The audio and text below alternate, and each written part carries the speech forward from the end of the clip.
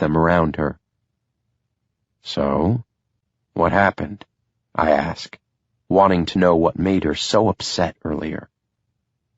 "I have this tough piece of music," she starts to explain.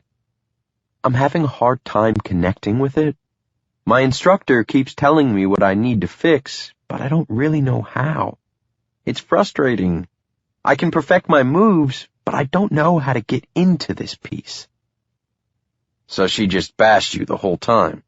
"It's how she is, but the fact that she even came in to work with me is unheard of. She's extremely stern, but she's only trying to help me." "I don't like seeing you upset," I admit to her. When she looks up at me, she says, "It's not a big deal, really." "I didn't like it," I repeat, wanting her to know that I feel for her in a way that seeing her like that bothered me. I keep my eyes on her, and when I sense her feeling uncomfortable, she looks away from me and I ask, "You want that cup of coffee?" "That'd be great. I'm still really cold." "There are some blankets in the trunk by the fireplace," I tell her as I walk into the kitchen. I watch her move around the room as I quickly brew her a cup of coffee. "How do you take it?" I ask as she wraps herself up in one of my blankets and sits back down on the couch. "1 sugar and really blonde," she responds from across the room. "You getting warm?" I ask when I walk back in and hand her the cup of coffee. "Trying to." She cradles the mug in her hands and takes a slow sip. When she turns to see what's playing on the TV, she laughs softly under her breath. "What's so funny?" I question. "You." She looks at me when she continues, "I don't know anyone who watches the classic movie channel aside from you." "You want me to change it?" "No, it's fine," she says as she shifts back on the couch, allowing me to drape my arm around her. "I'm only teasing you." Kicking my feet up onto the coffee table, we watch the blue dahlia with her head resting on my chest. She's still in my clothes when I drive her to her car that's back at the dance studio. As I pull up next to her, I ask, "Why don't you come up to the bar and hang out with us tonight?" "I can't." I nod my head at her response, which never changes every time I invite her to Blair. "I'm sorry," she tells me, "but I'm just really tired and will probably go to bed early. Plus, I have the early shift at work tomorrow." "Your boss doesn't strike me as the type who would mind if you came into work a little hungover," I joke. "You're probably right about that," she says with a grin. "But I've never drunk enough to have ever been hungover." "Never?"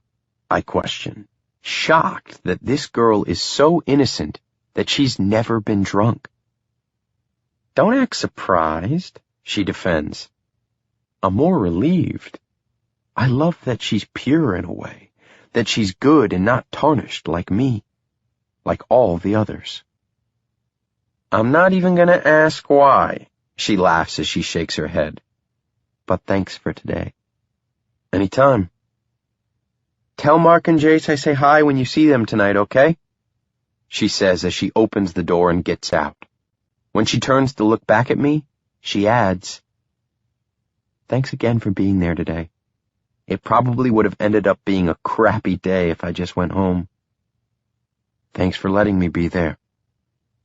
I watch as she gets into her car and drives off before backing out and heading to work.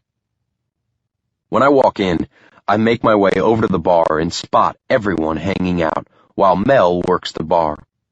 I'm a little surprised to see Gavin since our last run-in wasn't all that pleasant. None of them see me as I watch them interact. I look at Jace and Mark and see how they're so happy. They have a direction in life that I've been missing.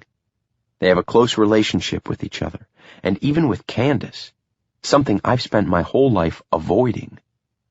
I shift my focus over to Gavin, who's putting the moves on some random chick, and I see me. I see the person I've been for so many years. And from this angle, it doesn't look good. Drifting. That's all I've been doing. My life has been empty, but I never really saw it so clearly until seeing Candace, Mark, and Jace. I see their connection, their focus, and it makes me realize how unfulfilling my life has been up to this point. Up until her. The draw is there. It always has been, but it's beyond the pull. She's filling me with an awareness I never saw before. She made me take a step back to see my life for what it is. Disconnected and stagnant. Before any of them sees me, I turn and walk up to my office. Pulling out my phone, I call Tori. I need assurance, and I know she'll help me. Ryan, hey! Sitting at my desk, I ask, you busy? Not at all. Trevor's putting the kids to bed. What's up? Are you happy? I ask, remembering the flip side of this conversation when we had it back in this summer at my mom's house. What's going on? She asks, picking up on the seriousness in my tone. Just tell me. You and Trevor. Are you happy? Yeah, she breathes. I'm happy. We have our issues. Everybody does. But I'm happy. I'm scared to fall any more than I already have for Candace. But I want to. God, I want to so bad. I want to connect. I want everything that I've been too afraid of. My mom and dad used to be happy. There was a time when they really loved each other. She's told me about it, but it didn't matter. It wasn't enough, and that love transformed itself into a living hell. The hell is all I remember. The screaming, the fighting, the beatings, the constant turmoil and fear. Then I see Tori and her family. They're happy. They're okay. I'm still scared, though. But the thought of walking away scares me more. Ryan, you there? She asks. Yeah, sorry. So are you going to tell me what's going on? I've always been honest with Tori, so I go ahead and tell her, knowing my words are safe with her. I met someone. Is this that someone you denied back at Thanksgiving? Yeah. So what's bothering you about it? She questions. I have a seedy past, and I've never done this. I've never wanted to. But she's nothing like anyone I have ever known, and she makes me nervous. You think she'll judge you for the choices you've made? She's nothing like me. She's so green, and I've been fucking chick after chick since I was 15. Just saying the words is almost mortifying, sickening. And what was once something I couldn't care less about is now something that I'm embarrassed about. Ashamed. I don't have a picture-perfect record either. You know that. But Trevor loves me regardless of who I was before him, she tells me. That's the thing about love. It's a pretty powerful force that can show a side of you that you never knew existed. Show you that you're capable of becoming someone you never thought you could be. And you do it for the other person because you love them. Because you want to put them before yourself. I don't say anything. I just let her words soak in. I don't know what the fuck I'm doing. All I know is I want to. For her. Just a piece of advice, she adds. Don't ever lie to her about who you are. If she ever asks, be honest. Yeah. When she says this, I begin to have doubts that it will ever get to that point. I don't even know where this girl's head is at. Just because I want her doesn't mean anything. What if I'm just wasting my time? Shit. I see how she is with Jace. What if that's just how she is with her friends? I even see it when she's with Mark. All she has given me is exactly what I see her giving the two of them. Suddenly, I'm questioning everything. Chapter 16. I've been trying to shake my self-doubts about Candace for the past few days. We continue to chat on the phone and text back and forth, but I can't help wondering if any of this is different with me than it is with Jason Mark. Needing a distraction, I decide to get my Christmas shopping done for the kids today. I thought hitting the gym would help, but here I am, still doubting. My cell starts ringing as I'm grabbing my coat to head out. It's her. Hey. Hi. You busy? She asks, and something about the sound of her voice erases my questioning thoughts. No. I lie as I toss my leather coat onto the couch. What's up? Nothing. Jason Mark left early this morning for Ohio, and I've just been sitting around the house. I didn't know if you wanted to hang out. Oh, I see. Second best since the boys aren't there to keep you entertained, I tease with a laugh. No, she drags out in feigned annoyance at my joke. And you're not second best, she adds, and I'm happy she does because I like hearing it. What did you have in mind? Anything. I just want to get out of my house. She says in a way that makes me think of her non-existent roommate. I know she lives with a girl, but in the past couple of months I've been hanging out with Candace. I've never seen or heard her talk about her roommate. But if she needs to get away, I'll take her away. You up for shopping? Shopping? She questions. Yeah, I need to do some Christmas shopping for my nieces and nephews. You in? Yeah, that sounds good. I'll come pick you up. I tell her before we hang up, and just like that, my day got better. When I pull into her drive, I see her walking down the steps of her front porch. She looks perfect, with her leopard scarf wrapped around her neck and her hair down. When she gets into my car, she looks at me staring at her and asks, What? Being honest, I tell her, I like your hair down. She usually has it in a piled mess on top of her head, which always looks sexy on her, but I have to admit that it's cutest when she's in school, and it's almost always in a tight bun since she dances every day. But I rarely ever see her with her hair down like it is now. She looks uncomfortable with the compliment and doesn't respond to it, instead asking, Can we stop by Pete's and grab something to drink?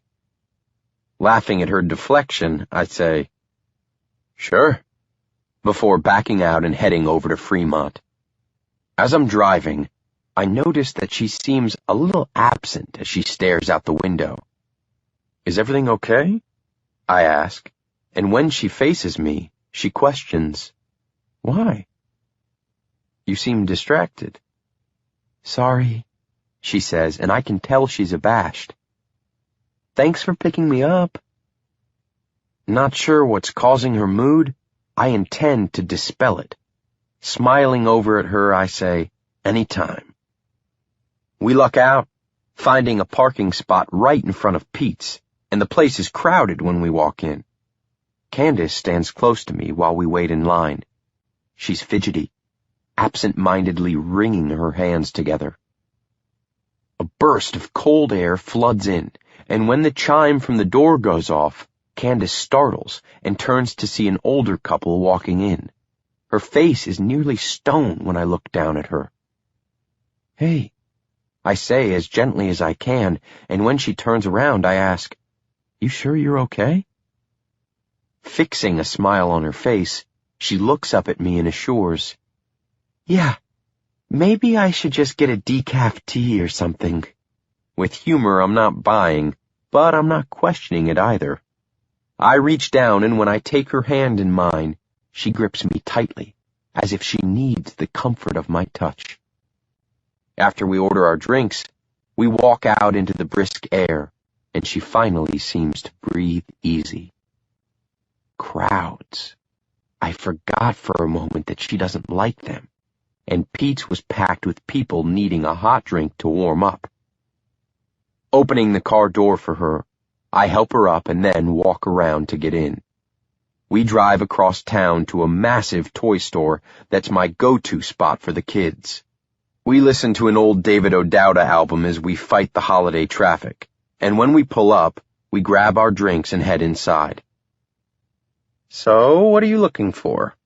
she asks as she gets a cart and starts following me down one of the aisles. "Don't know. These kids aren't too hard to please, though," I tell her as I stop and flip through a few board puzzles. "How old are they again?" "Young, all under 5, I say as I start wandering around. Honestly, they'd be happy with a box of tissues and a stick." She laughs at my words, and I turn back to her to get a glimpse. "That's nice," she says teasingly. "It's true." When we turn down the next aisle, filled with pink everything, Candace stops to admire a collection of dolls. I step up behind her and quip, "You want one?" She looks at me over her shoulder and mocks, "No, I don't want one," before looking back at them. "They're pretty." "Grab a couple," I tell her, and watch as she picks out 2 of the dolls and puts them in the cart. We take our time, slowly strolling, grabbing toys here and there as she continues to ask about my family. "So, 7 nieces and nephews." "Yep." "All cousins' kids?" she asks. "I'm an only child, remember?" Nodding her head, she says, "That's right, I forgot. You all sound close." I'm closest with my cousin Tori. We spent a lot of time together while we were in high school. We lived in different towns, but would always get together on the weekends, partying and surfing. "You surf?" she asks as she looks over at me. "I grew up on the beach." "Jay surfs," she tells me. "Yeah, he's mentioned that to me. Grew up in San Diego, right?" "Uh-huh. He goes to Westport every now and then. I've been there a few times, but I go back to Cannon Beach frequently, so I normally get my fill when I'm there." I tell her and catch her staring down the next aisle. "What are you looking at?" "I always wanted one of those," she whines with excitement as she starts walking towards a huge wire bin filled with inflated hop and bounce balls. I laugh while I watch her grab one out of the bin and turn to me. "My friend had one of these when we were little, but she would never let me play with it." "Why didn't you ask your parents for one?" "I did, but—" She trails off, and when she does, I encourage, "Take it for a spin." She completely surprises me when she doesn't even hesitate. Holding the ball by the handle, she walks over to me and hands me her drink. "Here, hold this." Taking her tea, I question, "You serious? That's a toy for an 8-year-old. I poke. She sets the large ball on the ground and sits on top of it, saying with a huge smile, "In case you haven't noticed, I'm about the same size as an 8-year-old. Before spinning around and bouncing away from me down the aisle.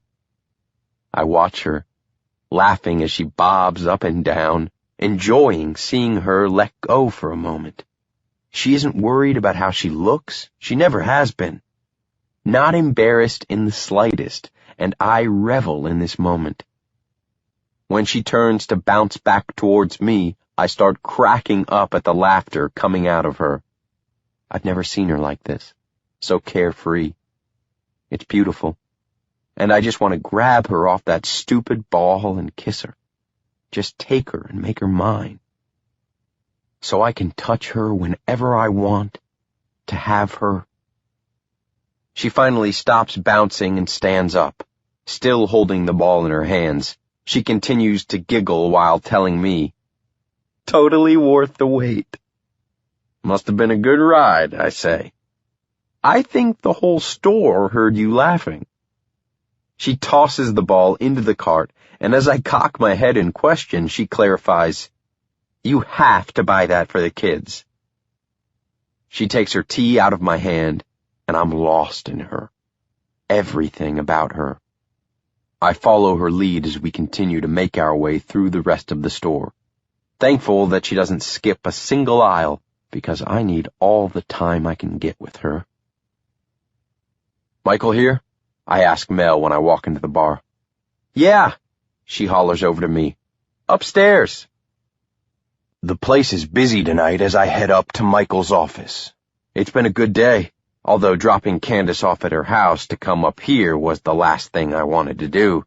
But I need to sit down with Michael. He's been dropping the ball on a few things, and shit needs to get back on track. His door is open, so I go ahead and walk in. Ryan, hey, man, he says from behind his desk, which is a mess of papers.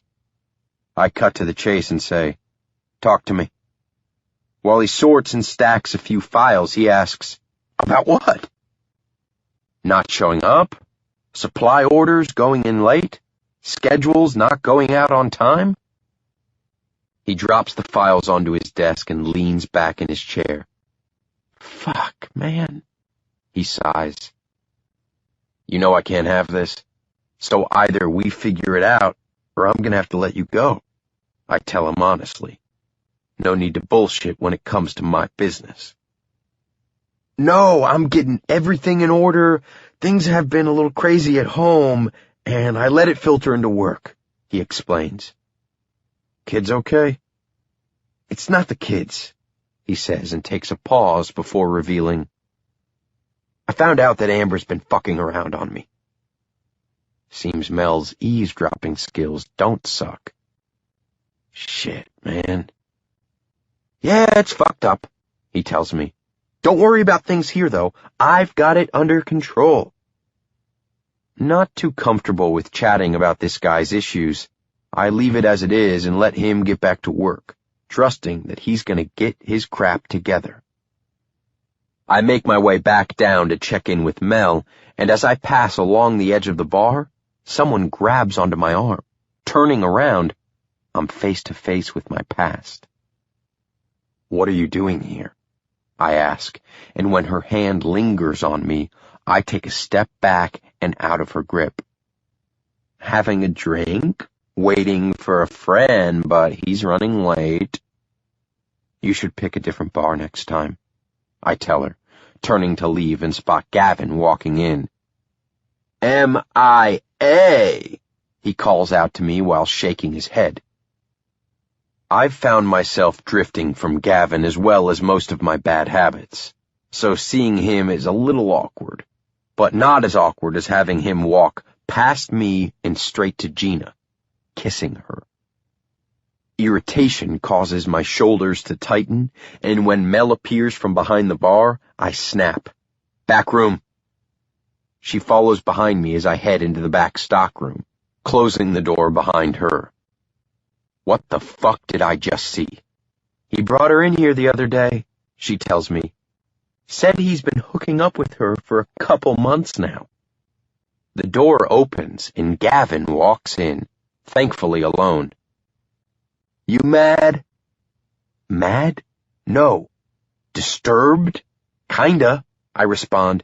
Dude, weren't you screwing her roommate? He gives me an almost proud smirk and boasts. Yeah, man. Have fun with that one, I tell him. So we're cool. I don't care who you're hooking up with, but that girl seems like trouble, I tell him. Maybe so, but she's good in bed, you know? He laughs and then adds, yeah, you know. Regretfully, I do know. I want to forget, but that isn't going to happen. It's my past, and unfortunately, you can't escape your past. I've dealt with that little piece of knowledge my whole life. But I do what I can to shut it out and tell him, don't bring her back up here again. When he turns to walk out, not responding to me, I face Mel and say, I'm serious. You see her in here? I want her out. Yeah, no problem, she says. You okay? Switching the subject, not wanting to discuss it any further, I tell her, let me know if anything starts to fall through the cracks up here. Did you talk to Michael? Being irritated as shit, I don't want to go into this with her, so I leave it with, just let me know, before walking out and calling it a night. Chapter 17. Can you help me with an errand? Yeah, what do you need? I want to go pick up some firewood, but I want enough to last and it won't fit in my trunk. Can you take me since you have the space in your Jeep? At gym now. Will you be ready in a couple of hours? Yes. Thanks. After I finish my workout with Max, I head home to grab a quick shower and a bite to eat before I leave to pick up Candace. The night is colder than usual as I walk out to my Jeep. I make the short drive through the neighborhood, and when I get to Candace's house, I run up to her door to get her. She's shrugging on her gray wool coat when she answers. Hey, she says with a smile when she sees me. You ready? Yeah. I watch her slip on her black gloves as we walk out. As I pull away from her house, she tells me, There's a tree lot on Holman, up from 85th Street. How much are we getting? I don't know, probably just 1/4 of a cord. She answers and she adjusts the vent on the dash. You cold? Yeah, she says, and when I laugh, she turns and asks, What's so funny? Nothing. You just have no meat on you to keep you warm, I say teasingly. She's lean with defined muscles, but nothing that takes away from her femininity. Yeah, well, I can't do much about that, she shoots back at me. When we get to the tree lot, Candace places her order with one of the attendants. After paying for the firewood, we find ourselves strolling the lot, looking at the Christmas trees as the guys load up the wood. She stops in front of one of the trees and looks up at it, shivering. Reaching down, I take her hands and rub mine over hers, trying to warm her up. She seems a little apprehensive as she looks up at me, but she doesn't back away. When she starts to drop her arms, I reach down and hold her hand. It isn't the first time I've made a subtle move like this, and I hate the uncertainty of it all. Not knowing how she's feeling about this. About us. I miss Jace, she quietly says out of nowhere as she looks at the tree. She turns to me, and with an almost apologetic look, she explains with a shrug of her shoulders, I'm not used to him being gone. Have you talked to him? This morning, she says, and then turns back to the tree. We should buy this. I look down at her, and even though she didn't mean it literally, I like that she said, we. As she helps me unload the firewood and stack it in her garage, I ask, What are you going to do for the next few weeks? I don't know. This is the first year that Jace isn't here with me. We normally spend most of the break together when I'm not at my parents'. How's that going? I ask, knowing that the last time she saw them it ended badly. It's not, really, she tells me. I spoke with my father for the first time since Thanksgiving a few days ago, and he wants me to come over for dinner Christmas Eve. You haven't spoken with them for all this time? No, she says as we walk back out to grab some more logs. So, you're going over to see them? I ask, already feeling like I want to keep her from going. I know I have no right to say anything, but I can't stand the thought of her being here alone if she winds up in another fight with them. Well, yeah, I don't really want to, but it's Christmas and all. I'm just a little scared about how it will all go. The last time I saw them, we said some pretty nasty things to each other, and I have never gone this long without talking to them. What are they so upset about? I ask, confused by what this girl could possibly be doing that they don't approve of. Everything, she says, as we walk into her house and into the kitchen. She grabs a bottle of wine that has already been opened and starts pouring a glass, adding, Turns out I've been nothing but an embarrassing disappointment to them all along. Taking a beer out of the fridge, I can't help the sigh of irritation that comes out of me.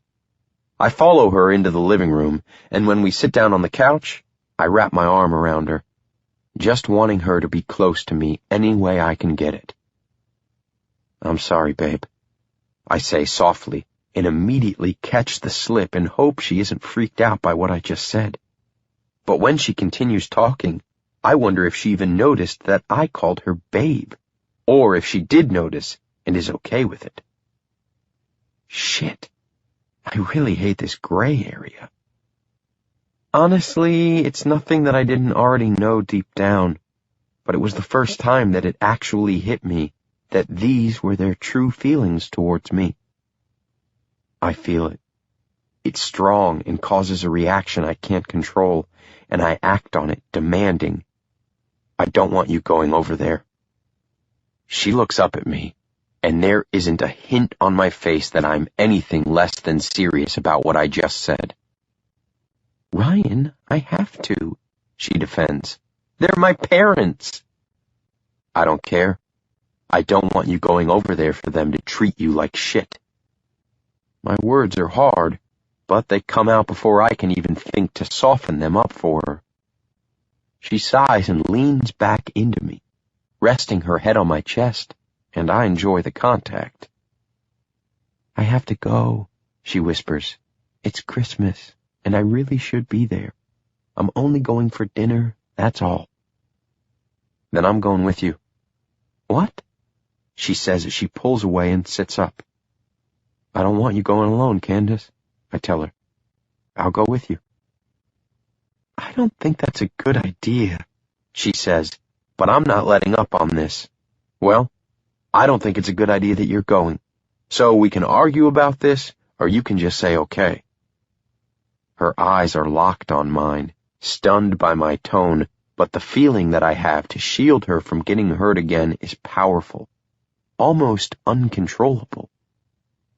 It takes her a moment, and I watch her brow twitch right before she turns and slowly leans back. Okay, she resolves with uncertainty. Certain or not, I don't care. She said okay, and I take it a step further, pushing her when I add, and I don't want you spending Christmas alone either, so why don't you come home with me? I could use the distraction at the madhouse. What? No. Thanks, but I'll be fine, she says in a high-pitched voice. I'm sure you will be fine, but I don't like the thought of you sitting here alone, so you're coming with me. I need her to come with me. I just need her. With me. Ryan, it feels weird, she argues. Why? Because it just does. I know you have a big family, and I just don't want to intrude. It's not an intrusion, I assure her as I move to face her. My family isn't like that. She drops her head and takes her time contemplating, questioning. Shit, did I go too far? Did I scare her? As soon as I start to regret my words, she speaks. Okay, but no gifts. It makes me uncomfortable. Why's that? I don't know. It just always has. Please, she says, almost begging, and I don't want to push it any further. Excitement rushes through me, a feeling that's all too new for me, but I can't help it, knowing that I get to have her with me for a solid chunk of time. Okay, no gifts, I say with a smile. We both sit back, and when she gets comfortable in my arms, she asks, So when did you start making all the rules? When you started making me worry about you, I respond, completely transparent. Sitting there, I continue to hold her. We don't talk at all. It's quiet and peaceful, and having her warm body tucked in close with mine gets my heart racing. All I can think about is how I want to kiss her, touch her, pick her up, and make good use of her bed. But I know once that happens, I'll never want to leave that bed. The thoughts alone turn me on, and I need to get control of myself. Hey, I whisper, looking down at her. When she tilts her head and peers up at me, she's close. So close that if I lean down slightly, I could kiss her. Maybe I should. But I know myself. I won't want to stop. I don't think I could with her, so instead I say, I should get going. She nods her head, and feeling the movement against my jaw makes leaving so difficult. But that's what I do. I stand, and she walks me to the door. Thanks for helping me out tonight. You don't need to thank me, I tell her, and then walk out to my car after she gives me another nod. The drive home is almost painful, because all I want to do is turn around and take her, claim her as mine, but nothing about this girl is telling me that I should handle her in that way. I'm holding back, and I've never had to do that before. The anticipation drives me crazy, wondering when I'll get to see her again, hear her voice when she calls, or read her words when she texts me. I need to talk to her, be honest, and tell her how I'm feeling. But I just got her to agree to spend the holidays with me, so I'll selfishly take the time and won't mention anything right now. God, killing me. When I wake up, I fix myself a cup of coffee before calling my mom to tell her about the change of plans. Taking my coffee over to the couch, I kick my feet up and call her. Hi, dear, she says when she answers the phone. Hey, you busy? No, how are you? She asks. Good, I have a minor change of plans for Christmas, I tell her. I'm gonna bring Candace with me. I say this, almost cringing at what her reaction is going to be. I've never brought a girl home with me. Ever. She's surprisingly understated when she says, That doesn't sound like something minor. So what's going on with you two? Nothing's going on. But you're bringing her here, home, with the whole family. And nothing's going on, she pries. She's alone and I don't want her to be. That's all, I explain, but we both know that's not all. Alone? Where's her family? I take a long sip of my coffee before explaining. She doesn't have a good relationship with her parents. The last time she saw them, they wound up in a huge fight and they said some pretty bad things to her. She's going back to see them for dinner on Christmas Eve, and I told her that I would go with her. Oh, so when are you coming home? We're going to drive down on Christmas, so I won't be there in the morning with the kids, I tell her, feeling a little guilty that I won't be there when they wake up. They'll understand. I'll talk to them, she assures me. I'm glad I finally get to meet this girl, she says with excitement. Mom, she can be really shy, I warn. I know she's going to be overwhelmed with everyone at the house, and I don't want to make it any more awkward for her if anything was to be insinuated. It's just not that way with us. I'll be on my best behavior, she teases, and I know she will be. Well, I should run out and get her a little something. No gifts.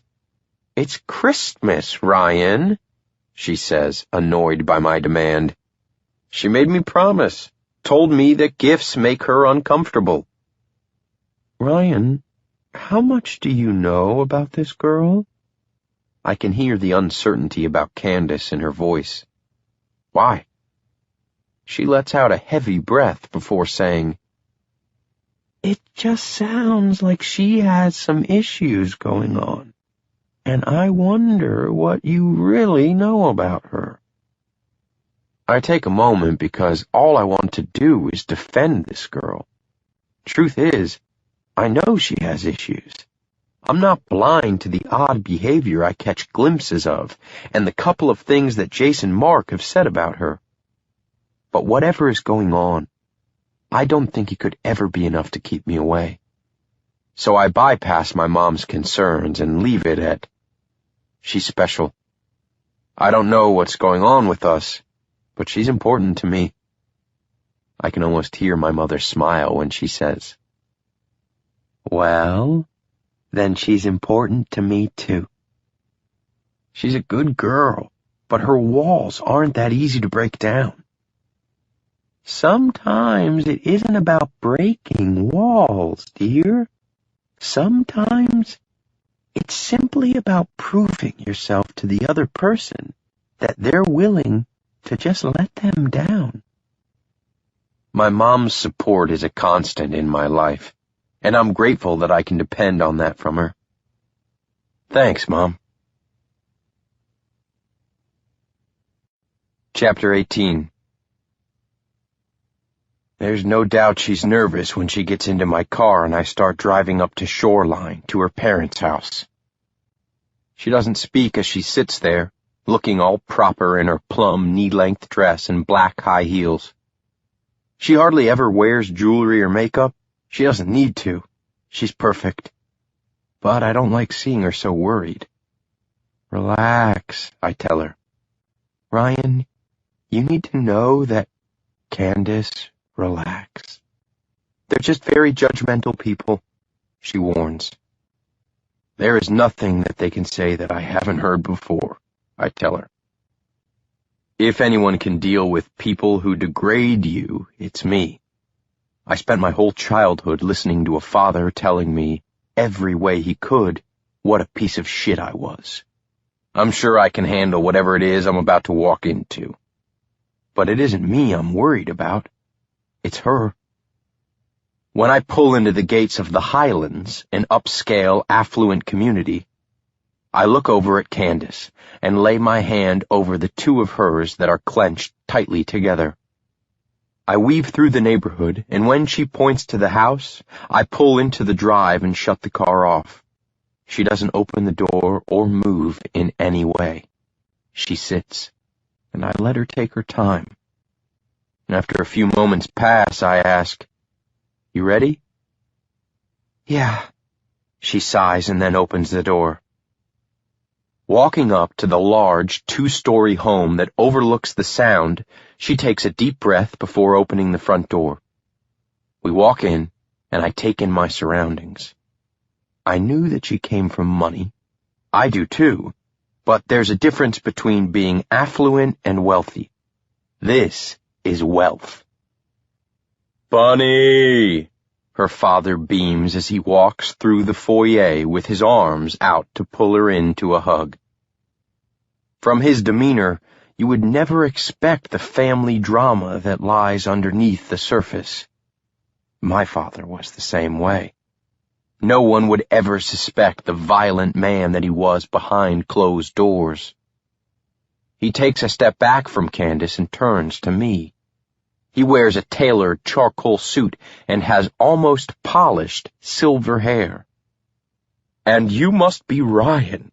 Thanks for joining us," he says to me, shaking my hand. "Good to meet you, sir." "Come in," he says as he leads us back through the formal living room and into the kitchen.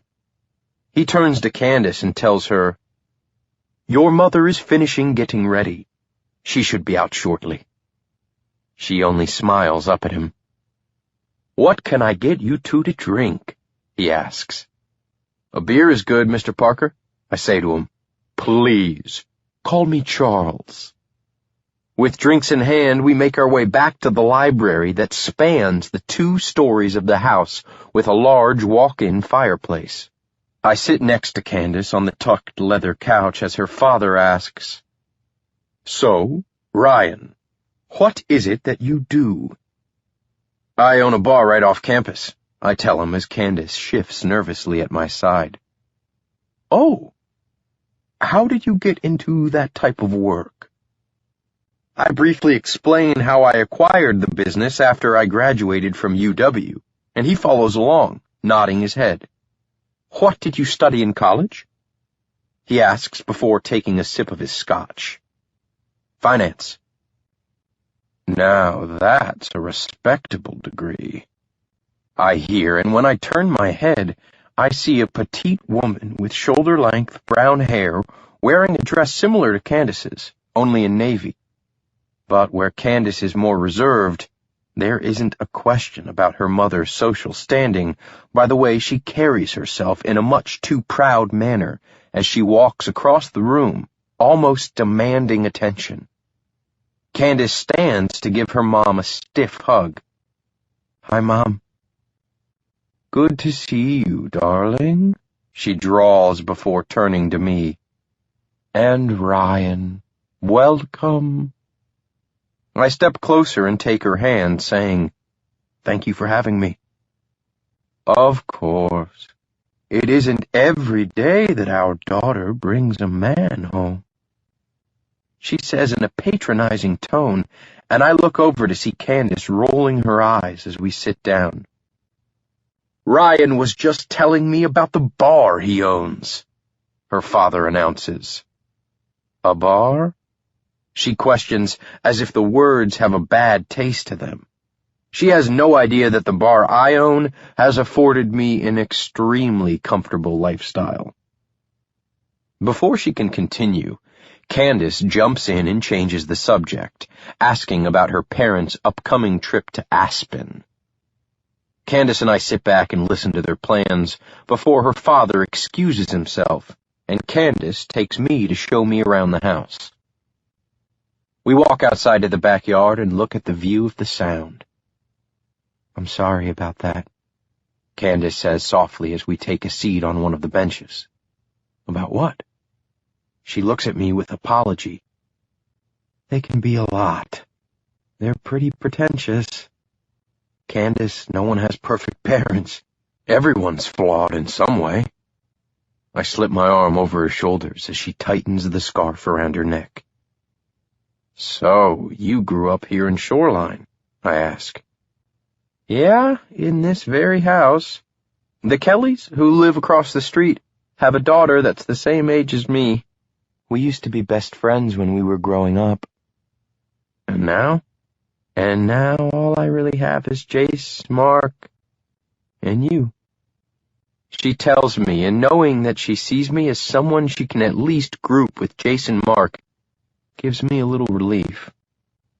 "What about your roommate?" "Kimber? We used to be really close, but not so much anymore." "So what happened to all your friends from high school?" I ask, curious as to why she secludes herself in a manner that prevents her from having more people in her life. "They've moved on, applying to grad schools, getting married, making a life for themselves. Most of the kids here wind up becoming people like my parents, more concerned about their image and what social circle they're in. It's not me, so I never cared enough to stay in touch with anyone." I see how her parents could be upset that she doesn't seem to follow suit with their expectations. That Candace would be driven enough to step out of that life to create a new one, a more comfortable one, for herself. She's ambitious in a way that's unique from her parents, following a passion, dance, to build a life that she can find pleasure in. "We should go back inside," she tells me, and when we walk in, her father calls from the other room. "Candace, can you come in here?" "Yeah, just a second." She looks at me and says, "I'll be right back. Make yourself at home." "Do you want me to come with you?" "No, it's okay," she assures me before heading back to the library. I take this time to stroll aimlessly through the house. Walking into the formal living room, I scan the framed photos that are displayed on the black grand piano. Family portraits through the years. Candace as a young girl, wearing a frilly white dress with white gloves, searching for Easter eggs on the greens of a golf course. A picture-perfect family, but from what little I have picked up from Jace, she was miserable. But out of all the photos, none of her dancing. I'm curious to know what she would look like dancing. She's so poised as it is, but to see how she would move intrigues me. My attention shifts to the library when I hear Candace yelling. I don't miss a beat when I start walking through the house to where she is, concerned about what they're talking about and what has Candace raising her voice when she's always so quiet. I can draw my own conclusions about what kind of relationship she has with her parents and wonder if they are the ones she needs to be protected from. When I step to the closed double doors, I hear her father bark. "You have a name to uphold."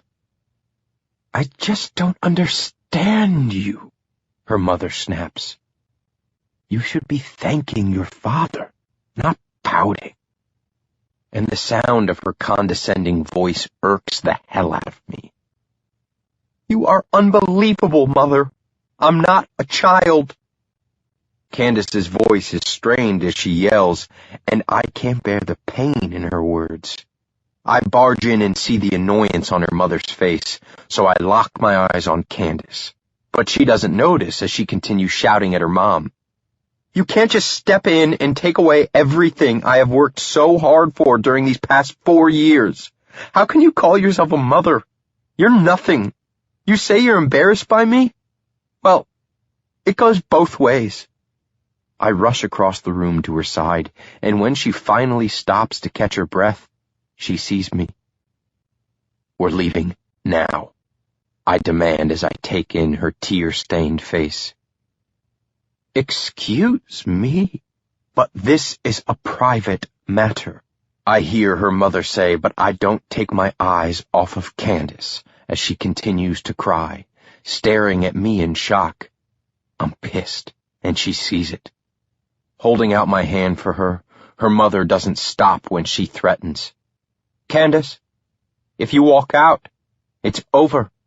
Don't come back. We refuse to sit back and watch you ruin your life." When her mother says this, anger roils inside of me, and I want to slap the fuck out of her lily-white ass for threatening her own daughter. "Daddy?" Candace says as she looks to her father, pleading, and it hurts to hear her so desperate. "We're done letting you play games, Bunny. No more." She stands there, tears falling from her eyes while she looks at her parents. All I want to do is take her away, comfort her and get her out of here. And when she slides her hand in mine, that's exactly what I do. I grip her tightly and get her out of this house as fast as I can. I snatch up our coats and walk her out to my car. When I open the door for her, she reaches out to grip the side of my seat, and I know she's about to break, so I grab her and pull her into me. Clutching my arms around her, I hear it. Painful sobs start to break through, and she clings to me, crying. The tension in my body is heady with the urge to put her in the car and go inside to knock the shit out of her parents. I'm fueled by disgust for these people. That they would lash those words at Candace, leaving her broken in the driveway, falling apart in my arms. But at least they're my arms that are attempting to comfort her, because even though she doesn't know it, I don't think anyone could give her what I want to give her. I'd give her the fucking world if I could. After a while, her body begins to shiver with chills as she starts to quiet down. She keeps her head tucked against me, and I feel her fingertips pressed into my back. Her breathing is staggered, and when she pulls back, she keeps her head down, not looking at me, embarrassed. I lean down and kiss the top of her head before helping her up into the car. The drive back is somber. I look over at her as she stares out the window. She's sad, and my need to comfort her is overwhelming. She must sense me watching her when she turns her head to me. Her chin quivers, and she shrugs her shoulders, defeated, as fresh tears fall down her cheeks. I reach over and take her hand, pulling it onto my lap. I keep it there all the way back to her house. Once we're inside, I go to the kitchen to get her a glass of wine, figuring she could use one. As I walk into the living room, she's curled on the couch with her heels kicked off on the floor. I hand her the glass and she swallows it fast before handing it back to me. Setting it on the end table, I sit down, leaning into the corner of the couch and pull her between my legs and on top of me. She lies there and doesn't move, as I thread my fingers through her soft, thick hair. "You okay?" I ask. She doesn't answer. She just shakes her head and after a second begins crying again, wetting my shirt as she nuzzles into my chest. I strengthen my arms around her and let her cry without saying anything. The hurt coming out of her is hard to listen to, but I do, and it breaks me. Breaks me in a way that even though I hate it, I find myself savoring it. The connection, her need for me right now, and the contentment I find in being the one to give it to her. Time passes and she's fallen asleep on me.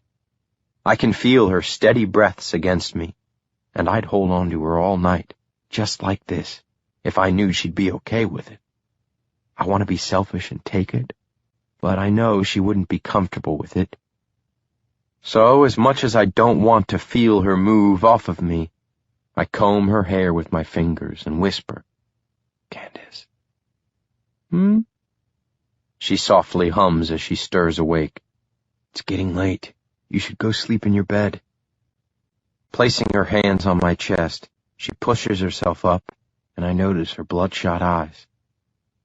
"Are you going to be okay if I leave?" I ask, hoping she'll want me to stay, but knowing that it's just a hope. She nods her head and sits up. I move to stand and turn to take her hand, pulling her off of the couch and into a hug. She bands her arms around me and I tell her, "We can stay here tomorrow. We don't have to go to my mom's." Leaning her head back to look up at me, she says, "It's okay. Candace, I could use the distraction. It'll be okay." She tries assuring me. "Call me when you wake up. You might feel differently in the morning." She walks me to the door, and before I leave, she stops me, saying, "Ryan." I look back at her, and she takes a pause before continuing. "I'm sorry. Tonight, just don't worry about it. Honestly, thanks," she says softly before I walk out. Candace called me when she woke up this morning, assuring me that she still wanted to go to Oregon. I offered to stay here with her, but she told me that she really did want the distraction, so I didn't question her any more about it. I finish packing my bag, and I think about how things with the two of us have shifted in the past couple of weeks. I'm falling for this girl hard, and I know I'm not going to be able to keep this from her for very much longer. But I'm nervous that I might ruin what we have. Honestly, even though it isn't enough for me, I'll take it if this is all she wants to give. I carry my bag downstairs and decide to call Jace. I don't know if Candace has spoken with him this morning, but I call him anyway to let him know what happened last night. "Hey, Ryan." "Jace, hey. You have a minute?" I ask as I start making myself a coffee for the road. "Yeah, what's up?" "Have you talked to Candace this morning?" "No, why?" "Did something happen with her parents?" he asks, sounding worried. "It wasn't good, man." "Tell me." "Her parents are a piece of work. Pretentious dicks. I don't know the whole argument 'cause I was in the other room, but there was a lot of yelling, and when I went in there to get her, her parents threatened to cut her off, told her they were done with her, threw her out." "Shit," he sighs out. "How is she?" "She didn't talk, but I didn't ask either. She was just really upset. I stayed with her for a while last night, but I wasn't sure if she had called you, so I wanted to let you know." I tell him as I screw the lid onto my travel mug and walk over to sit down on the couch. "Thanks. I'll try giving her a call. I hate that she's stuck there." "She's not. I'm about to go pick her up." "Where are you guys going?" he asks, and I'm surprised that he doesn't already know. "Has she not told you?" "Told me what?" he questions. "She's coming home with me to my mom's for a few days." "What?" Yeah, he had no clue by the shock in his tone. "I can't believe she didn't say anything to me." Sorry, I figured you knew. No. All of a sudden, I feel the need to talk to him about Candace, knowing that the two of them are like family and that he's really protective of her. I need to know if I should be pursuing her. As awkward as this is, I go ahead and lay it out there. I need to tell you something. Yeah? He responds. Look, I know the two of you are really close, so I feel like I should let you know that... I pause briefly before admitting, I really like her. I figured as much, he lets out with a chuckle under his breath. Have you told her? I'm relieved that he's being so relaxed about what I just said.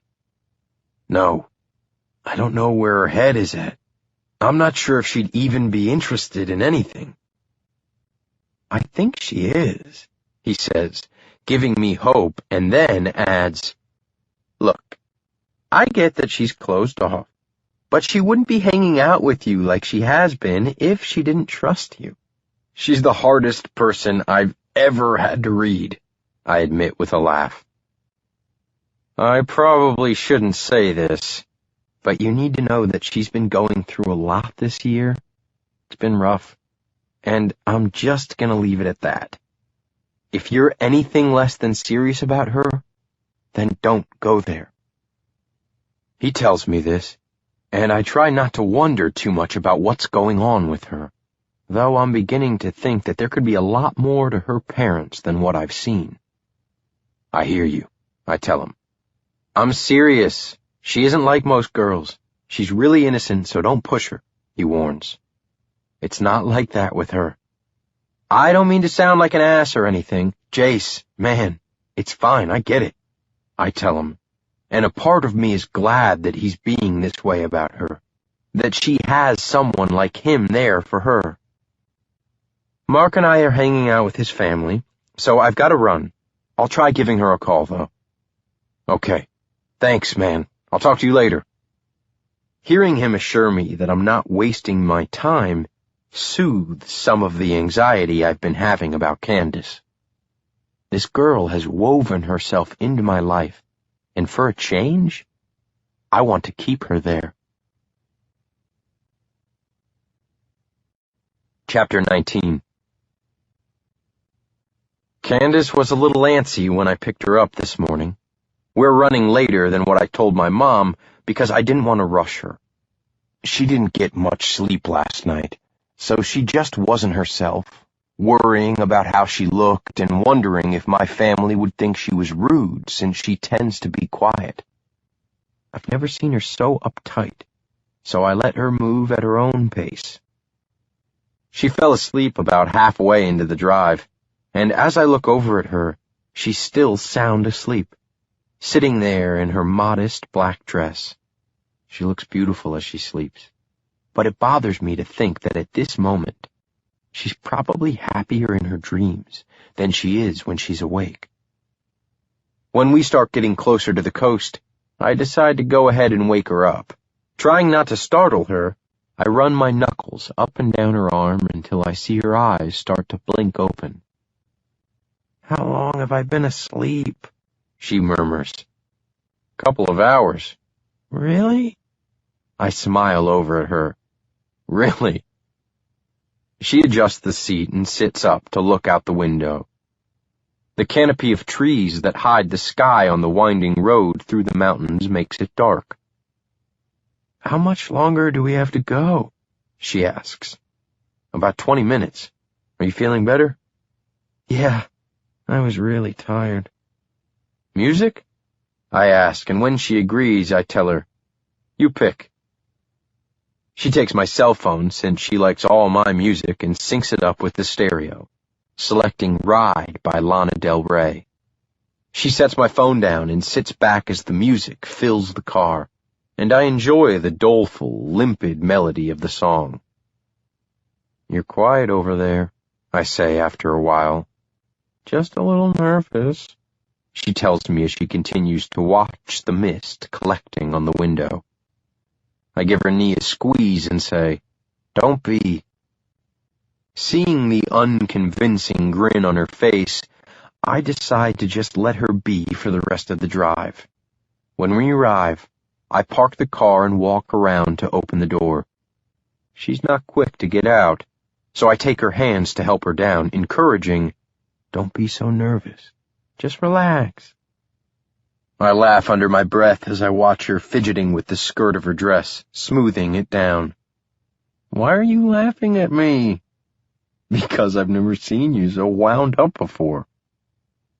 I take her hand and start walking her to the front door, but when she tugs back and stops, I turn to hear her say, "Ryan, I don't do well around a lot of people." I try to coax her with my words, telling her, "My family will love you, but if you feel that uncomfortable, we can go. Just say the word." "No, I want to meet them. Hey, I'm right here. No worries, okay?" "Okay." Holding her hand, I lead her inside as two of my nephews run through the entryway, chasing each other. I laugh and walk her back to the kitchen. "Finally, you made it," my mom says excitedly and rushes over to hug me, but I keep my grip on Candace. "Mom, this is Candace," I introduce, and my mom pulls her in for a hug as well. "I'm so glad to finally meet you, dear," my mom tells her, and she's not even trying to hide that she's thrilled with the fact that I brought a girl home and she isn't some barfly. My Aunt Carol brings me in for a hug, excited to see me, and before I know it, the kids all start flooding into the kitchen, screaming my name. I spot Sophie, one of my nieces, and pick her up as Tori and my other cousin's husbands come in to say hi. Tori and my other cousin, Jenna, give me curious looks, and I try to ignore them, knowing they are just waiting to start digging into my business about Candace. I told my mom to discreetly tell my cousins to keep a tight lip so they don't embarrass Candace. But I know Jenna and Katie, and those chicks are nosy. When Sophie starts poking her finger in my ear, I catch Bailey toddling over to me. Bending down, I scoop her up in my other arm, ravishing her neck with playful kisses as she squeals and giggles. "You weren't kidding," Tori whispers to me as my cousin Jenna comes over to take Sophie out of my arms. "What?" I question, trying to keep my voice under my breath. She laughs. "She's way out of your league." "Thanks," I say with mockery. "You know I'm teasing. She's just polished." Tell the girls not to interrogate her. Donna already said something, but you know how Katie is. "Where is she, by the way?" I ask. "Upstairs with Maddie. She had an upset stomach earlier." "My room?" "Yeah." Why is my room always the hot spot for everyone's spawn when they get sick? I joke, and then turn to look at Candace, but she's no longer in the kitchen, and I quickly realize that in the madness of saying hi, I left her alone. "Mom, where's Candace?" I ask. "Ladies' room," she mouths to me, and I walk down the hall to wait for her, feeling bad, and wondering if all that was too much for her. Who am I kidding? Of course it was. My family is big and loud, and Candace doesn't even like being in a crowded coffee shop. When she doesn't come out after a few minutes, I gently knock on the door. "Everything okay?" I ask as she opens the door. "When I looked up, you were gone." "Yeah, just needed a moment to myself." "Sorry about that." "It's okay. I'm just not used to—" "I know." I see that she's a bit rattled, so I step closer to her and run my hands down her arms. "Do you need a few more minutes?" "No, I'm fine."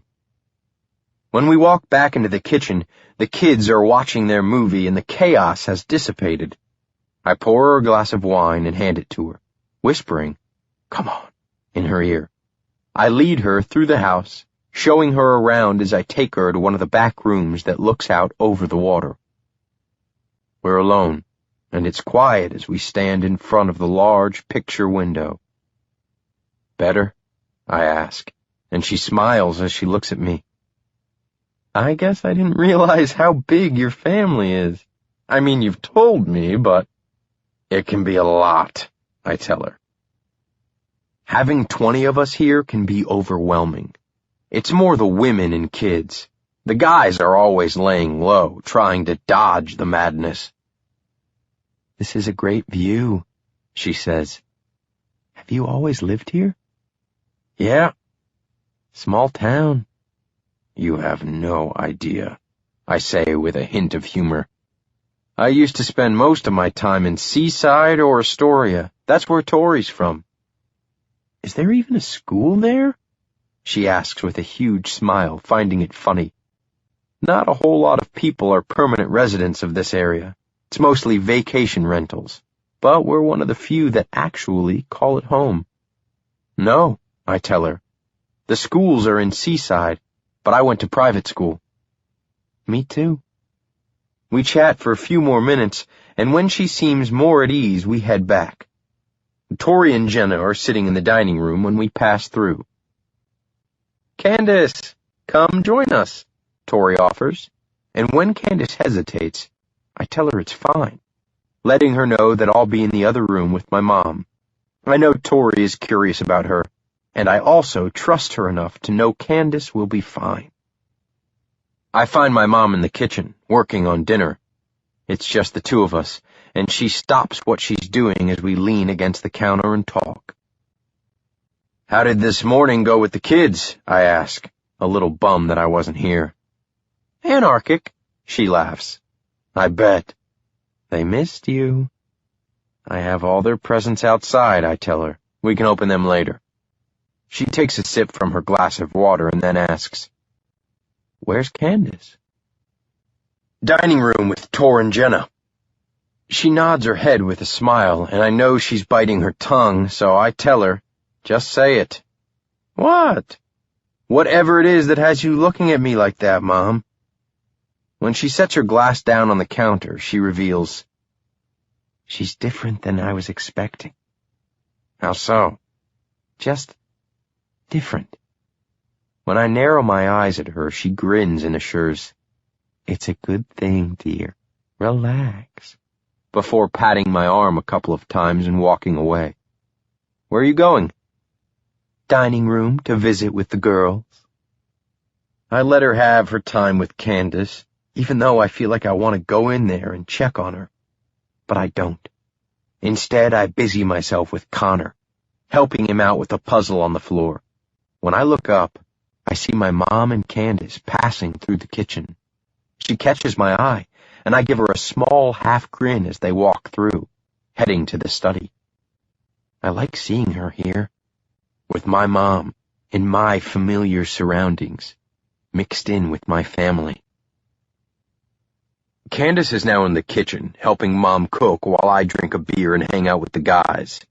I can't keep my eyes off of her as I watch her laughing with my mom while they get everything ready for dinner. And I know instantly that I want to see this again. Have her here again. She makes me nervous because she has this power about her that is dragging emotions out of me when no one in the past has been able to. She has no clue what she's doing to me. And that's a scary thing when I think about admitting how I'm feeling about her. After a while, I unload the gifts and let the kids open everything. My mom was right. They're much crazier than they were last year. But they're another year older, and I'm sure next year will be even wilder. Candace sits on the couch with Tori while they laugh at me being overtaken by the little ones. When dinner is done, Candace excuses herself to go upstairs to relieve Katie from mommy duties. Her daughter, Maddie, hasn't been feeling well all day, and Candace told me that she needed some quiet time, so she's up in my room with Maddie, and Katie is finally getting to eat dinner. My aunts are cleaning up, Jenna and the guys are getting all the kids ready for bed, and Tori and I band off into the study to talk. I got a job, she tells me as we sit down. What made you decide to go back to work? After you and I talked this summer, I decided to just be honest with Trevor. Told him pretty much what I told you, she says. He suggested the same thing. Thought I should get out of the house, get back into a routine. So I called my old boss, and it was as easy as that. When do you start? I ask. Second week in January. She says with a little uncertainty, You ready to leave Connor and Bailey? Yes and no. Tori is a great mom and is very attached to her kids, so it makes sense that this transition would be hard for her since she's been a stay-at-home mom for the past 4 years. It'll be fine, I say. So you and Trevor are on the same page? He never got off track. It was me. I think I've been miserable because I've been lost. I wasn't doing anything about it, and it made me start questioning everything. But he's supportive. Always has been. He just had no clue how I was feeling. Once I was honest with him, things started to change. So yeah, we're good. Good. What about you? She questions. What do you mean? I ask, not understanding what she's asking. Being honest, she starts. Candace told me that she thinks you brought her here because you feel sorry for her. She said that? I feel horrible that she would even think that. Tori nods her head and then questions, How long do you plan on avoiding telling her how you feel? Letting out a deep breath, I tell her, She makes me nervous. When Tori smiles, I say, I'm glad you're enjoying my discomfort. I'm just enjoying seeing a girl have this effect on you, she admits before standing up. I'm heading to bed, but for what it's worth, I really like her. I follow her out, and the house is quiet. I see my mom in the kitchen, turning everything off. You going to bed? I ask her. Yes, it's getting late. Is Candace still upstairs? Yeah, I'm gonna go up there and get her. I think we'll just crash down here and let Maddie take my bed. Well, tell her that I'll see her in the morning, will you? Okay, Mom. We say goodnight, and I go to the hall closet to put out some blankets and pillows. I toss everything on the floor, making a makeshift bed for me to sleep on and lay out a blanket and pillow on the couch for Candace. We had planned on her taking my room, but since Maddie is sick, I figure this is a fair alternative. I pick up Candace's bag and head upstairs to my room. Quietly, I open the door to see Maddie passed out, lying on top of Candace. When she rolls her head to the side and looks at me, I walk in and laugh. Are you stuck under Maddie?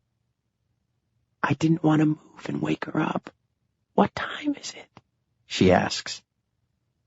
Past 11. Everyone has gone to bed. I told Katie that I would check on you and Maddie. I wanted to thank your mom before she went to bed. Don't worry about it. Here's your bag. I tell her as I set it next to the bed. I made a big pallet of blankets and pillows downstairs in the living room. Since Maddie is in my room, we're just going to sleep down there. We can watch a movie or something if you want. Oh, she stutters, and I know she's uncomfortable with the change in plans. Don't worry, I'll take the floor and you can have the couch. I walk over to my dresser to pull out a pair of pajama pants for myself and let her know, I'll be downstairs. You can use my bathroom to change, before walking out and heading back down. It doesn't take too long before Candace is walking down in a black sleeveless top and a pair of pajama pants. She has no clue how sexy she looks right now, and I have to look away. I open the fridge to grab a bottle of water. You mind if I take the floor? She asks. You sure? Yeah, it looks more comfortable anyway. Okay. She sits down and slides herself under the pile of blankets as I walk over and sit next to her. The thought of sleeping, even in the same room as her, has me on edge. It's like dangling a piece of meat in front of a starved animal. It's life's sick revenge for taking things way too easily, and now making me restrain myself in the worst way possible, because I've never wanted anything more. TCM? I ask as I flick on the TV. It's all we ever watch, she teases, and I like it. Why switch now? I think you're starting to like my movies. Maybe. We sit back and start watching a movie before I ask her, Were you okay today? I was. You're really lucky. You have a great family. Well, everyone really likes you, especially my mom. She's really nice. We had some time to visit earlier. She starts to grow tired as she inches herself under the covers and lays her head on the pillow by my side. When I look down at her, she has her eyes closed.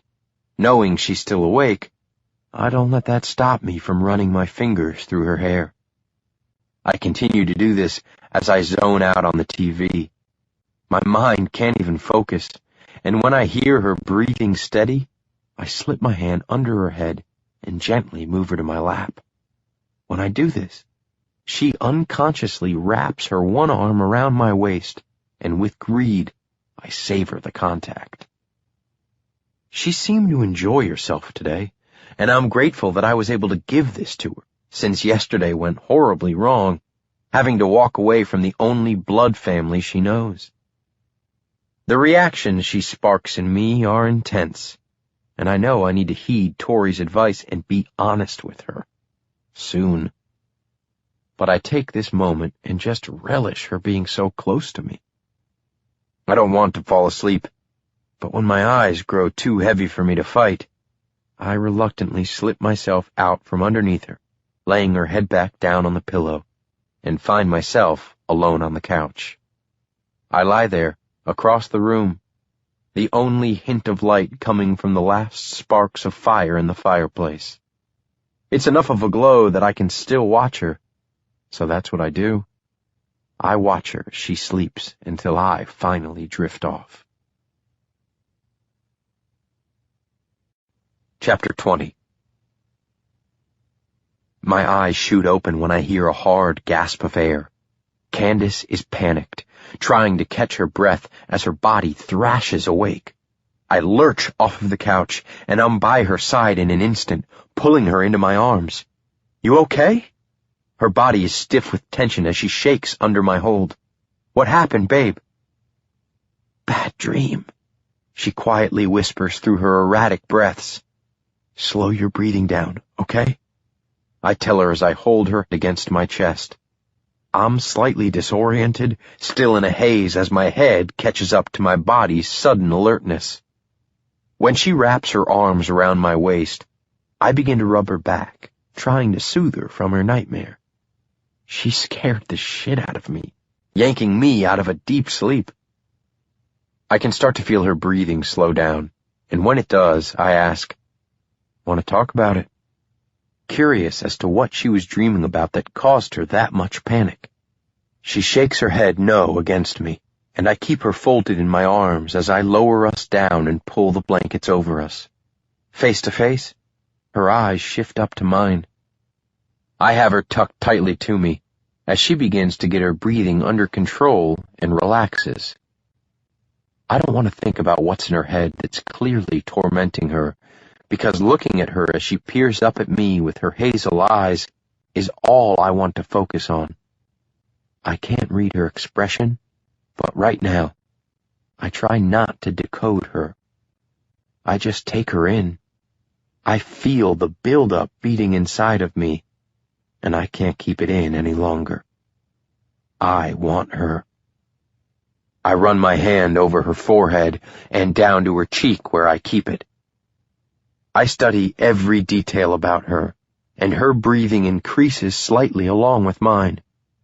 I know she feels it, feels what I want. I don't even need to say anything, because the attraction is that palpable. Her brow twitches when she slides her small hand over my cheek and rests it there. Wrapped up in each other, Close, I scan her face for a sign. Permission. For anything that tells me this is okay. I can tell she's scared. I can tell she doesn't know if she wants this, wants me. God, I just want to kiss her. But more than that, I want her to kiss me. I want her to want it as badly as I do. And when my eyes find hers again, she gives me the slightest nod of her head, and I've never felt so relieved in my life. She wants me. Knowing that I'll want more than she'll give me, I move slow, needing this to last for as long as she'll let it. Her eyes fall shut and she begins to tremble. I hate that she's scared of this when it feels so right to me, but I'm determined to take her apprehension about this away as I softly press my lips to hers. I'm gone. I knew I would be. My heart thuds hard as I tighten my grip on her, needing her as close to me as I can get her. I kiss her slowly. And when she finally relaxes and begins to move her lips with mine, I take more. I can't help myself. I drag my tongue across her lip, smooth, soft. She's the sweetest thing I've ever tasted. Threading my hand in her hair, pressing her body into me, she wraps her hands up from underneath my arms and braces them tightly on my shoulders. A soft whimper breaks from her, but she never takes her lips from mine. She has me, and I'm fucking lost in her right now. I've never had the ties of emotion with a girl, so to say this one has me bound would be an understatement. What she gives me is something I never even knew I needed, so I never even looked for it. Moving us off our sides, I roll on top of her, and I feel her soften beneath me. She runs her hands down my shoulders and grips my forearms tightly as I gently nip her lip before she allows me to dip my tongue inside of her mouth. I linger, moving slowly, needing to feel as much of her as I can. She caresses my tongue with hers, and having her like this, giving this to me like she is, I know I have to make her mine because I'm never going to want to let her go. But when she pushes her hands against my arms, everything is questionable again as she pulls away from me. Sorry, she whispers, eyes still closed. Tucking my arm underneath her, I speak quietly. Look at me, Candace. I brush the back of my fingers along the soft skin of her face. When she finally opens her eyes and looks up at me, I say, I don't want you to feel sorry for that. She lets out a small hum as she slowly nods her head, but it's when she slides her arms around my back, holding on to me, that I begin to calm. I rest my forehead on hers and breathe her in, taking all I can. I feel her head shift as she tilts her chin up, and this time, I don't have to take. She lifts up and melds her lips with mine, and I slowly fall into her mouth as she holds my face in her warm hands, keeping me close to her. When I finally drag my lips off of hers, she stays close, and I keep her that way until she falls asleep. I watch her. I can't help myself. I have her arms around me and spend a lengthy amount of time stroking her back, touching the bare skin along her neck, her arms, her jaw, before falling asleep with her. I'm awake. She doesn't know it because I'm greedy and don't want to move away from her. She woke up a few minutes ago, but I lie here with my eyes closed, arm around her, legs tangled with hers. It feels too good to disrupt, so I don't. I wonder how she's feeling after last night. 1,000 questions start to rack my brain. And now I fear that I'll never get that again. So for now, I pretend to sleep. Night-night over, I hear Bailey's voice declare, and I know the pretending is done. It's not over, Bailey. I mumble, just wanting a few more minutes with Candace. I feel her shift, but I keep my eyes shut, and I know I'm busted. I don't care, though. I eat breakfast. Night-night over. Okay, Candace whispers and begins to slip out of my hold, but I tighten my arm around her and pull her back to me. Where are you going? I ask, finally opening my eyes. To go get her something to eat. She slides out of the blankets, and I can only hope that I'll be able to get her in my sheets again, that I can continue to have her like I did last night. I roll over and watch as she settles Bailey with a bowl of cereal. Getting up, I make my way into the kitchen to start a pot of coffee while Candace busies herself with Bailey, peeling a banana for her. Want some? I ask as she walks back into the kitchen. She keeps her eyes down and gives me a nod. Fuck. She doesn't want to look at me. She's embarrassed. Nervous. Not what I was wanting. I'm gonna sneak upstairs and get cleaned up, she says as I rip open a packet of sugar for her coffee. After I stir in the cream, I hand the mug to her and she finally meets my eyes. Timid. She quietly thanks me and stands there for a moment, staring at the steam floating off of the coffee. I'm scared to know what she's thinking so intently about, but I ask anyway. Hey, you okay? Yeah, I'm fine. I just want to get ready before everyone wakes up. Okay. I know she really just needs to get space from me, and I have no choice but to accept it as I watch her head upstairs to my room. I wander over and sit down next to Bailey at the table as she smacks on her cereal. Nursing my cup of coffee, I decide that I'm not going to let her shut down. I don't want her feeling uncomfortable, so I'll get her out of the house and take her to one of my favorite places. I need to talk with her. Be honest. Let her know how I'm feeling, because if I don't, then she's going to continue to feel awkward for the next couple of days that we're here. I try not to think about what she's going to say. None of this is in my control, and not having that power is unsettling. Looking up, I see Tori walking in. What are you guys doing up? She asks as she pulls down a mug. Your little rugrat was hungry and snuck downstairs, I tell her as I give Bailey a wink before I stand up. I'm gonna go get ready.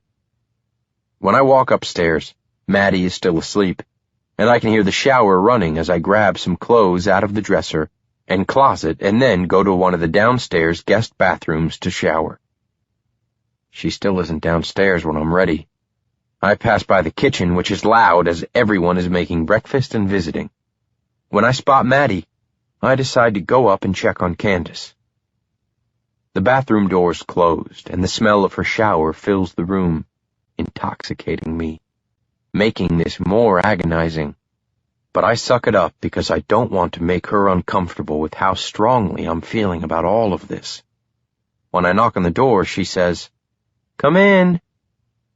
She stands there in a pair of jeans and one of her college sweatshirts, hair stacked on top of her head, applying her lip gloss.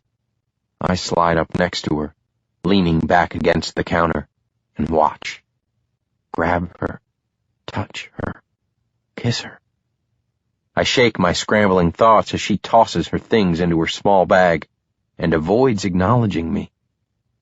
But when she moves to walk past me, I grab her by the waist and pull her to me, asking, "What's wrong?" "Nothing, really." She lies, shutting me out. Looking at her, watching that tick of her brow, I ask, "You want to get out of here for a while?" She doesn't miss a second when she nods her head. Relief. She doesn't want to stay away from me. I slide my hand down her wrist and hold her hand, but this time I lace my fingers with hers, holding her differently, needing to, and head out. It's rainy this morning as I drive through the narrow, winding road in Ecola Park. I've always loved this area, dense with lush, tall trees and deep cliffs, I try to focus on the surroundings, but I can't escape my nerves. This is all new to me. I've never done this before, and I don't know what the fuck I'm gonna say. All I know is that I want her. I park the Jeep and grab one of my raincoats from the back seat for her to put on. Here, wear this, I tell her as she takes it from me and starts slipping it on. We get out, and I hold her hand again as I walk her down the old wooden stairs that lead down to Indian Beach. The wind is hitting hard as it mixes with the rain. It's cold, but I love this type of weather. Walking along the packed, wet sand of the beach, I hold on to her as we step over the piles of smooth black rocks to some logs of driftwood that sit back from the water. We sit down on one of the logs, and I watch Candace as she takes in the view. She has the hood popped up over her head. I like seeing her in my clothes, even if it's an oversized raincoat. I wrap my arms around her, and when I do, she speaks. This is amazing. Yeah, I love it out here. I used to surf here a lot growing up. She looks out at the hard-hitting waves, her cheeks already pink from the chill. My heart is racing, and I know it won't stop until I talk to her. Candace, I say as I turn, kicking my leg over the log to face her straight on. What's bothering you? And don't say nothing, because I know something is. She looks away, back out at the water. Her hands fidget, and I know she's deep in her head, but I need her here with me. Candace, I urge, bringing her focus back. She faces me, brows pinched together, worried. I just don't really know what we're doing. Tell me what you want. Tell me that it's me, that you want me, so I don't have to keep pretending. I'm not good at this stuff, Ryan. Neither am I. Come here, I say as I grab her leg and move her to face me. Time to get honest. I've wanted to kiss you since the night of the concert, I confess. I don't know where your head is at, but whenever I'm not with you, I want to be. I watch as she drops her eyes, shy. Talk to me, babe. Tell me you feel it too. She starts, trying to find her words and settling back on, I don't do this well. Do what? This. I can't take her shyness, so I hold her head in my hands, angling her to look at me when I finally admit, whatever this is, I want it. I just need to know if you do. My tone is intent because I know what I want here. Her eyes don't move from mine, and I wait for her response. For anything. I put it out there, and now my heart is racing with nerves, uncertain of her response. Then, finally, she gives it to me, and I want to fucking cling to her when she nods her head yes. Keeping my hands on her, I guide her to me and kiss her. I've never wanted anything as much as I want her, and when she slides her arms under my coat and around my waist, my heart finally starts to settle. I have her. Her lips are cold and wet with rain, and I squeeze her to me. I move slowly because the thought of rushing anything with her to quicken the pace of her touch would be stupid. So I take my time as I graze my tongue along her soft lips, and when she relaxes, allowing me to take more, I pass her lips and taste the warmth of her mouth. I'm relieved that she's giving me this, that she wants what I want, but I'm anxious because I've never done this before. Never have I had feelings like this for anyone, not even close to thinking that I could.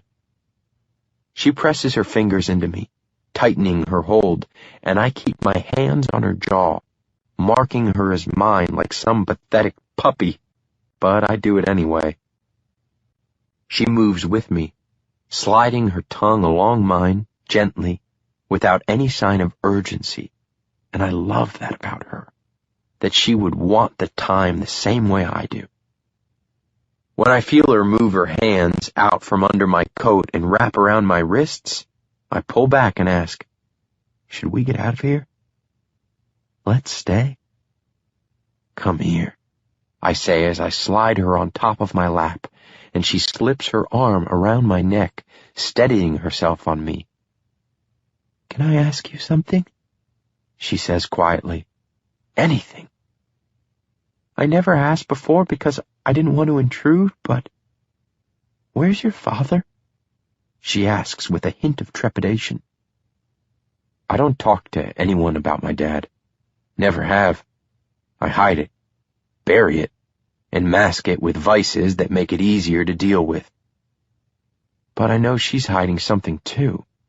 I wish I knew what it was. So I go ahead and break off a piece of me and give it to her. "He died about 10 years ago." "I'm sorry," she says and drops her head away from me, abashed. "I shouldn't have asked."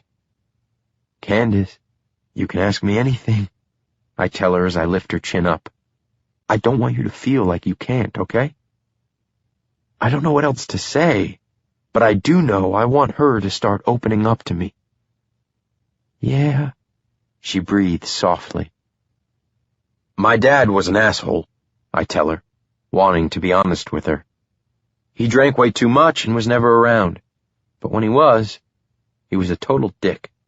So don't feel bad for asking, because I don't feel bad that he's dead." I know my words come out hard, but they come out in truth. She scans my face for a moment. She knows there's more behind my words, but I don't elaborate because what I just gave her is more than I've given anyone. So I leave it. I clutch her wrist and hold on to her when she looks over my shoulder and asks, "Is there a trail up there?" "Yeah, it's a pretty decent path if you want to go up there." "Yeah, let's go," she suggests, and I eye her leopard rain boots, asking, "Those have enough traction?" Laughing, she says, "We'll see." Stealing another kiss from her, enjoying the freedom of being able to, I stand and smile down at her before scooping her up and over my shoulder. This chick weighs nothing, and she begins to laugh as I haul her up the stairs. The giggles and squeals coming out of her are beautiful, and she never complains. I adore this side of her. Chapter 21. After hiking in the rain for over an hour, I didn't let the fact that we were rain-soaked stop me from taking Candace into Seaside to the Broadway Strip. We took our time, walking in and out of the shops and grabbing lunch. We came home and had an early dinner before everyone said goodbye and headed back home. It's just the two of us and my mom, so we've made no plans for the night. After Candace gets cleaned up, she makes herself comfortable on the couch downstairs, reading a book, while I take a quick shower. I was surprised with how easygoing she was after our talk on the beach. We fell into the laid-back feeling we have built up to in our friendship, but now there's no more gray. Toweling off, I throw on a pair of pajama pants and dry my hair.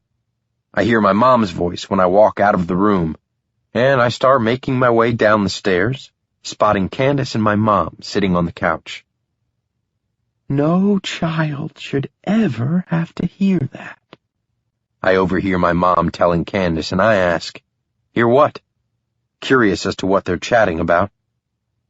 As I walk across the room, I notice Candace's splotchy face, and I know she's been crying. She keeps from looking at me as she faces my mother, so I take a seat next to her on the couch and slip my arm around her when my mom answers me. "Candace is telling me about what happened the other night."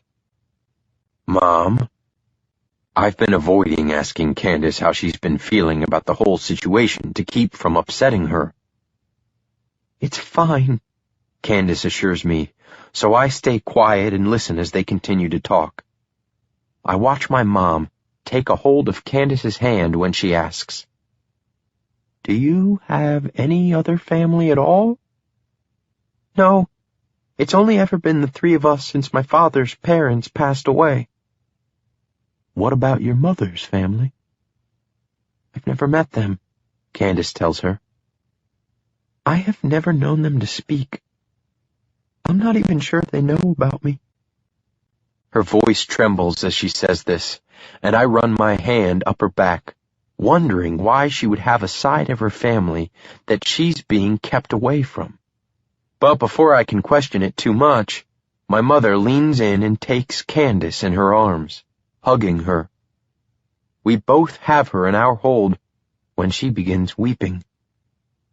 I feel horrible, but glad that she's here with me and that she would open up to my mother, who's nearly a stranger to her.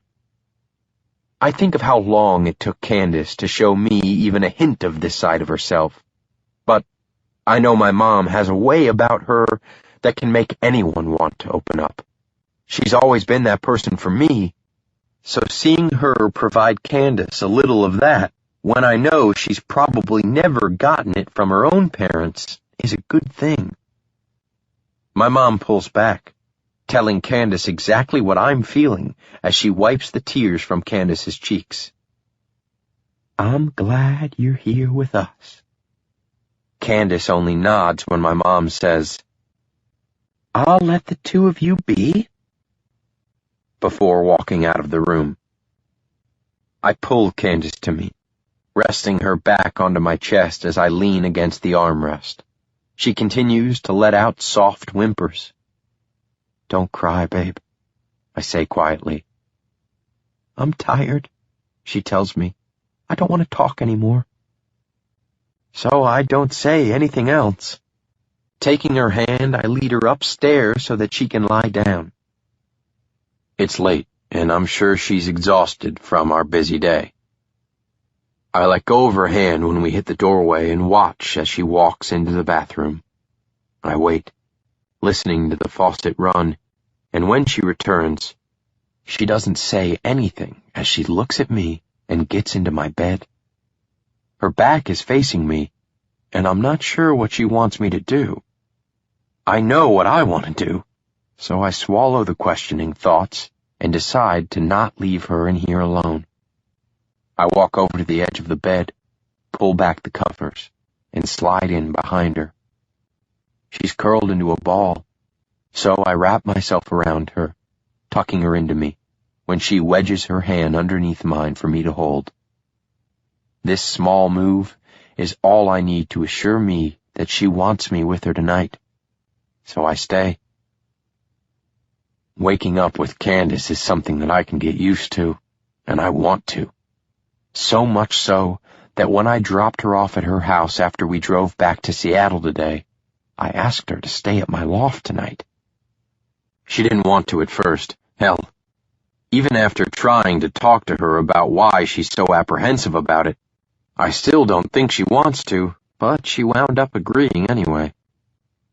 I know that Jace told me that she was inexperienced, but I'm not quite sure how inexperienced he meant.